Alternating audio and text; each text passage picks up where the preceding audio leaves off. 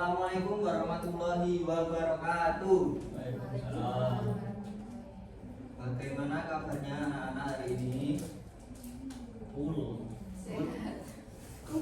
Ada yang tidak hadir? Asli. Banyak siapa? Iman Takdir, Terus Nazril, Nanda, apa? Nazil kemana Nazil? Kemana Bal? Tidur.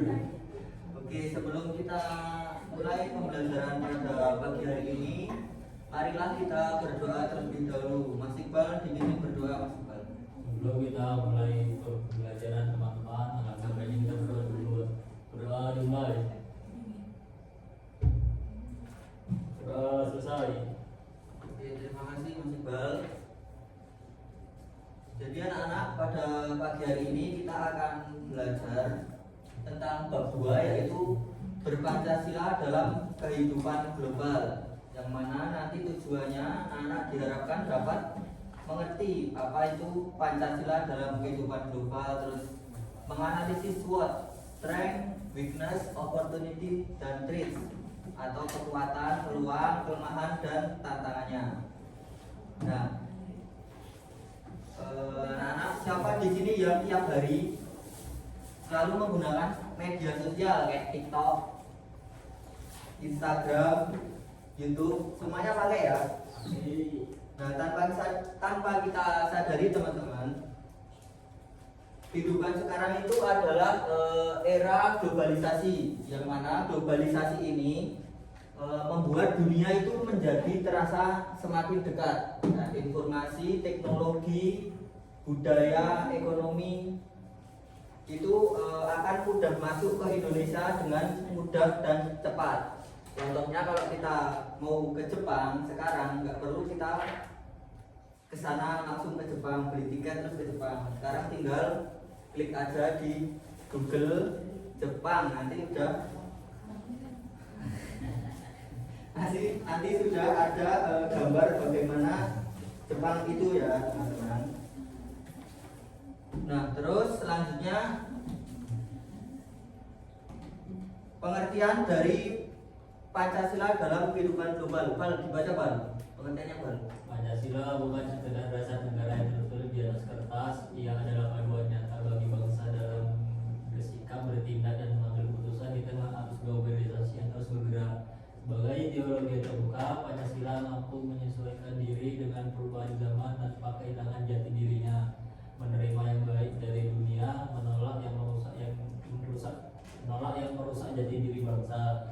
Nah, jadi pada intinya Pancasila dalam kehidupan global itu di era globalisasi yang sudah kita bahas tadi, yang mana informasi itu akan sangat mudah masuk ke Indonesia, budayanya dan lain-lain, itu dalam kita hidup itu harus berpedoman pada Pancasila.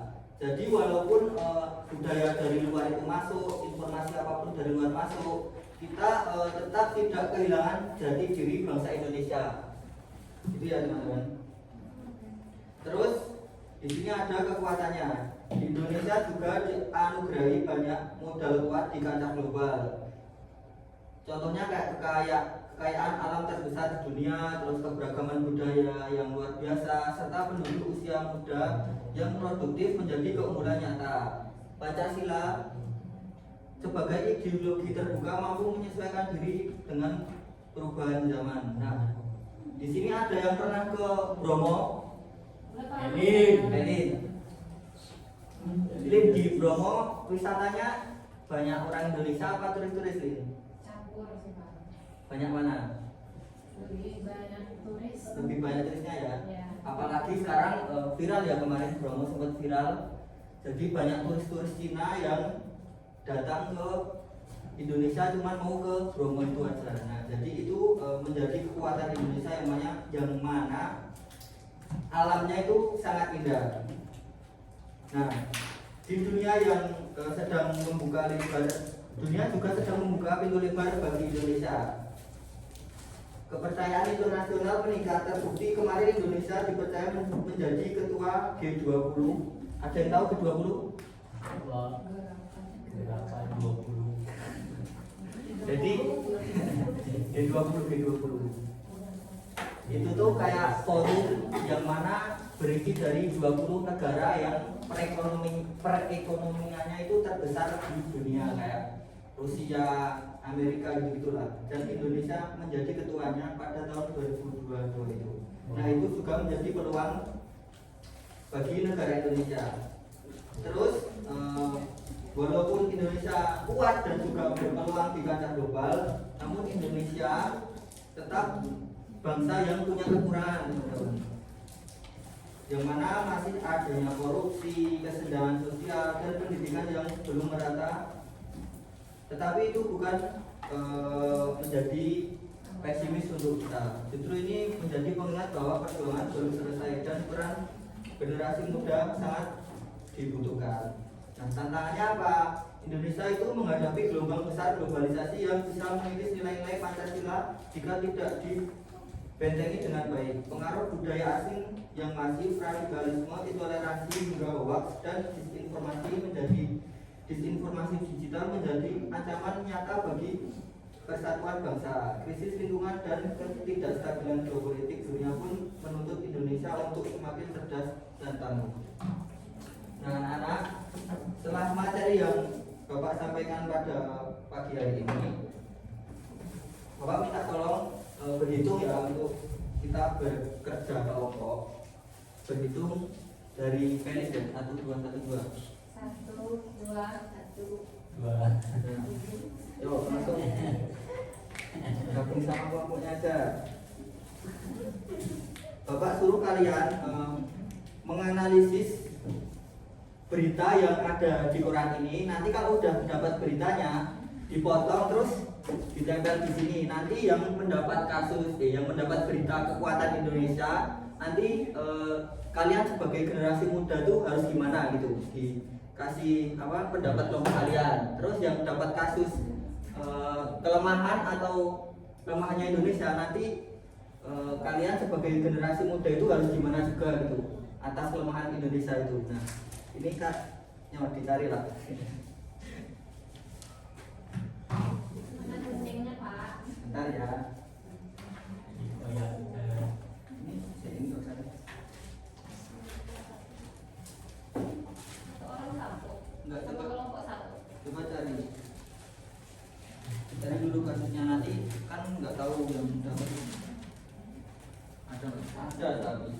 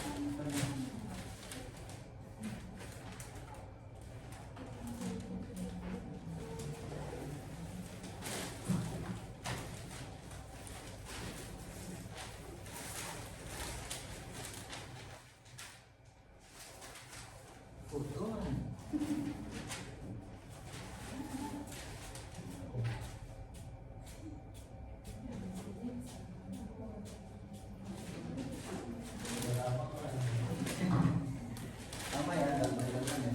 2020 ya. Ini kan yang ada di rumah ya, kemana ini ada ya. kopi. Ini bisa pertanyaan dari program unggulan KSP. Apakah sumber daya Kekuatan. ya kekuatan ya boleh nih potong. Oh, lawan dulu.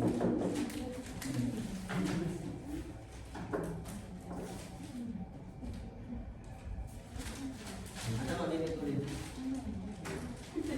Ini bisa kasus korupsi kan, kelemahannya Indonesia, potong lah terus dianalisa.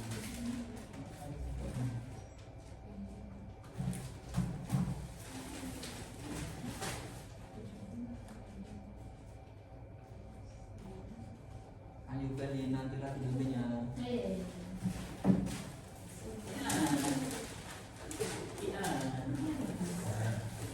Mudah kan?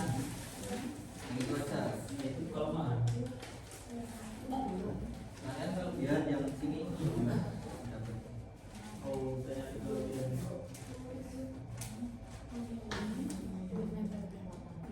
Ya di sini tempel sini. Kalau nggak cukup itu kan nggak cukup aja. Intinya di sini. Kalau nggak cukup langsung kalian cukup.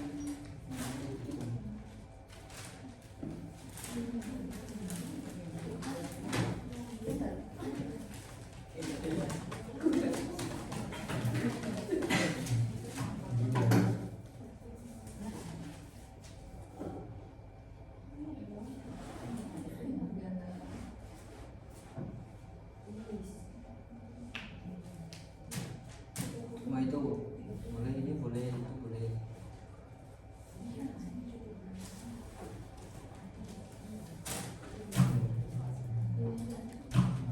Itu tahun 2021. Nih,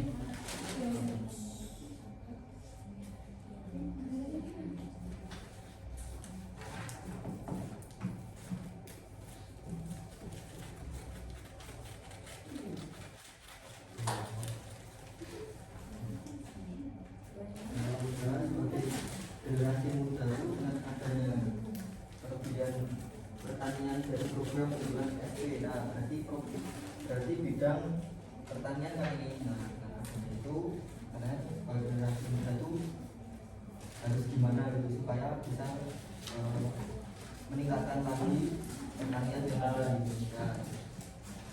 dapat Indonesia kan di mana? Ya.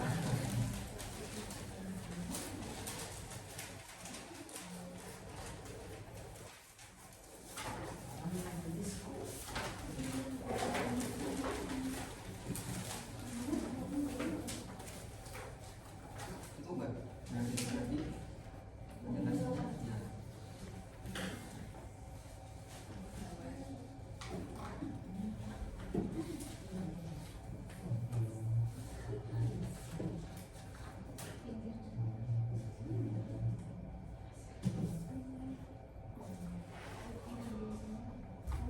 Setelah ini dipresentasikan ya, nanti dari kasusnya dibacain intinya aja, terus gimana pendapat dari kelompok kalian ini. Intinya aja, nggak usah dibaca semua.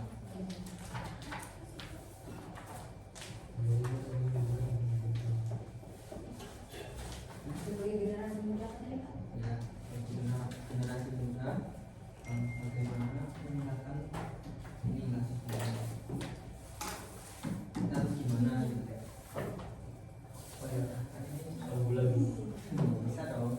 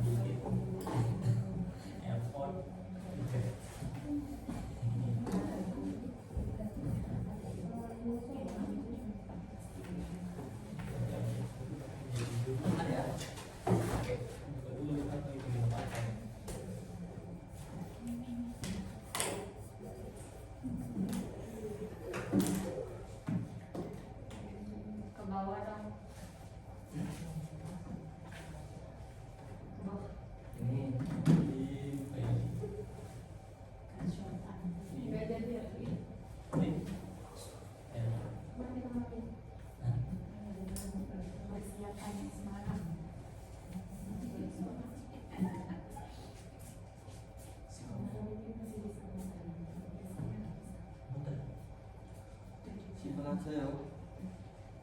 Sampai panjang.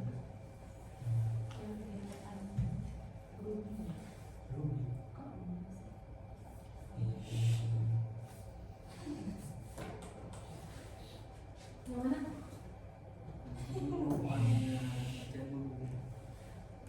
Sampai dari B. Boston. Spelling.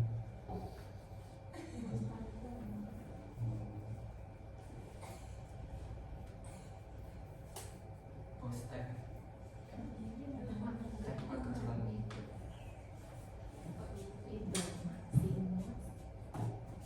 Sudah ada Jepang.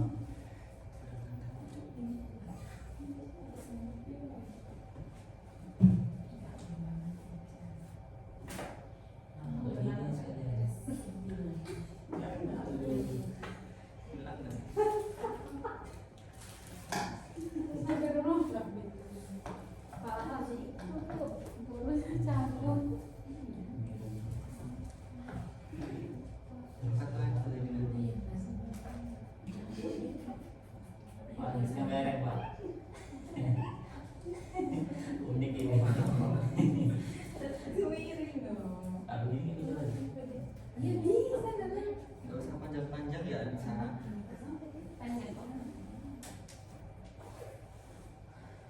Sehingga waktu kita sangat ini teman-teman.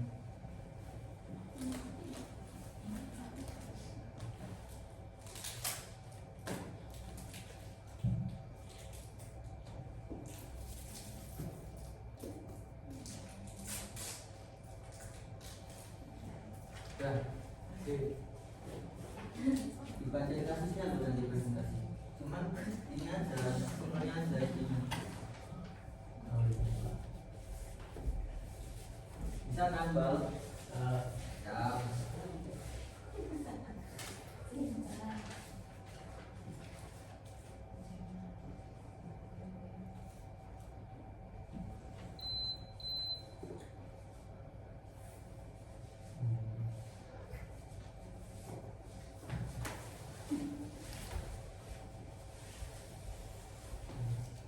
Saja, presentasi. Ini loh kelompoknya Bang. Saya Iqbal presentasikan hasil diskusi kami tentang kekuatan pertanian jadi program unggulan KSP Sleman Kabupaten merupakan salah satu wilayah agraris. Oleh karena itu Kabupaten Sleman nomor 23 ini Sri Purnowo atau yang disebut dengan KSP mengajak masyarakat Sleman untuk meningkatkan ketahanan pangan.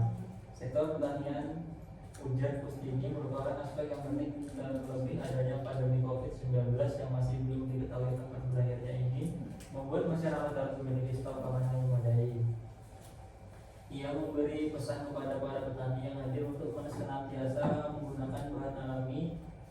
Ia memahami jika penggunaan pupuk kimia sangat efektif untuk tanaman, namun efek jangka panjangnya untuk merusak tanah. Mohon menggunakan pupuk organik, katanya berpesan. Petani menurut Wawan berharap ketersediaan pupuk melimpah dan harganya murah. Petani juga berharap harga jual hasil pertanian bisa menguntungkan. Jika dua aspek bisa sejalan, maka generasi muda tak sulit diajak terjun ke dunia pertanian. Saat ini di Sumber Harjo belum banyak anak muda ikut pertanian, tetapi arahnya kalau sudah menuju pertanian modern, generasi muda akan ikut ujarnya.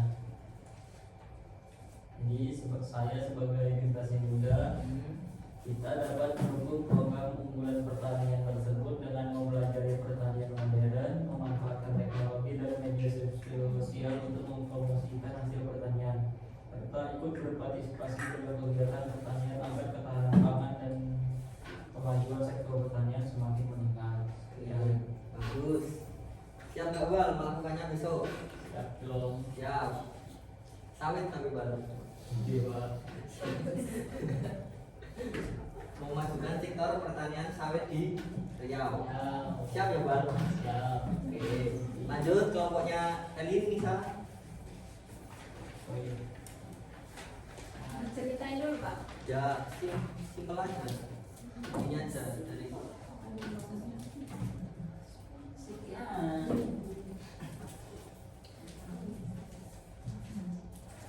Oke, judul dari berita tersebut yaitu Sekolah Rakyat di Wonosobo ditargetkan bulan Juli. Secara singkatnya, pada tersebut di mana pemerintah berencana membuka sekolah rakyat di Wonosobo untuk membantu anak-anak dari keluarga yang kurang mampu agar tetap mendapatkan pendidikan yang layak. Program ini diharapkan dapat mengurangi angka putus sekolah dan memberikan kesempatan yang sama bagi setiap anak untuk meraih cita-citanya. Masyarakat menyambut baik program tersebut karena pendidikan merupakan kunci untuk meningkatkan kualitas hidup bagi generasi muda. Hadirnya sekolah rakyat ini menjadi peluang besar untuk sekolah untuk belajar, mengembangkan potensi diri dan berkontribusi bagi kemajuan bangsa di masa depan. Sebagai generasi muda, sekolah rakyat di Wonosobo ini menjadi peluang bagi kami. Yang pertama yaitu belajar dengan sungguh-sungguh dan memanfaatkan kesempatan pendidikan yang ada dan layak. Yang kedua, menjadi relawan atau ikut kegiatan yang mendukung pendidikan masyarakat tersebut. Yang ketiga, membantu teman atau adik yang mengalami kesulitan belajar. Yang keempat, mengembangkan keterampilan dan prestasi agar dapat meningkatkan kualitas sumber daya manusia yang ada di Indonesia. Terima kasih. Wassalamualaikum warahmatullahi wabarakatuh. Oke, terima kasih dari kelompok Nafeli. Yang sosialisasi Lin, Siapa? sosialisasi ke Wonosobo bagi saya. Ya, Pak. Oke, beri aplaus untuk kedua kelompok. Sekarang kita sudah di penghujung Acara. pembelajaran. Nggak bisa lanjut. Kesimpulannya, Bang. Pak. Oh, tarik yo, tarik. Baca tak baca. Halo. Sumpah. Bisa berarti. Udah bisa. Ya udah Pelin. Kesimpulannya yaitu di mana bangsa Indonesia ini memiliki berbagai kekuatan dan peluang dalam kehidupan global, seperti kekayaan sumber daya alam, keberagaman budaya, serta meningkatkan kepercayaan dunia internasional terhadap Indonesia, di mana Indonesia ini juga masih menghadapi kelemahan dan tantangan seperti korupsi, kesenjangan sosial, pengaruh budaya asing, serta berbagai dampak negatif globalisasi yang dapat mengikis nilai-nilai kebangsaan. Jadi, pengalaman nilai-nilai Pancasila secara konsisten menjadi kunci bagi bangsa Indonesia dalam menghadapi dinamika kehidupan global yang akan menjadikan Pancasila ini bukan hanya sebagai dasar negara, tetapi juga sebagai pedoman hidup di tengah perkembangan dan tantangan zaman sekarang. Oke, intinya apa nih, Sa? Intinya ada yang bisa, Bal? Intinya Ya, pengabalan nilai-nilai Pancasila secara konsisten menjadi kunci bagi bangsa Indonesia dalam menghadapi dinamika kehidupan global. oke, bagus. Sekarang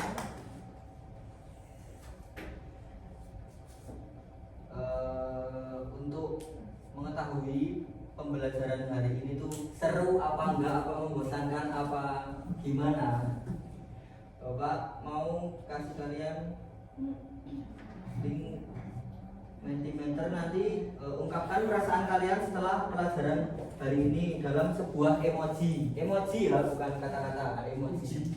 Bang, tolong dikirim Bang, yang tadi Bang, Hah? dikirim di grup. Oh ya. Emoji. Oh ini sudah bisa nih. Mau baru juga nggak apa-apa boleh.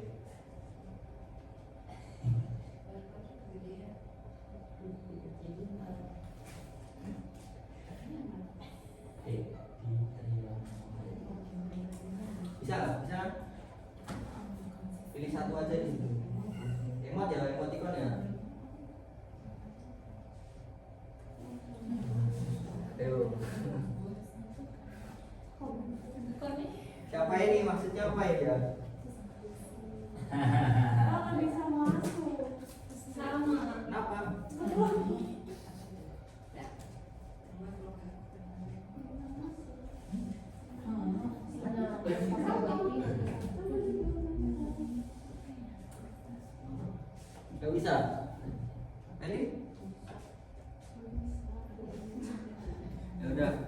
kali ini, Mas. Ya udah itu, mungkin ini saya. Yang tidak sama. Tidak sama. Ini,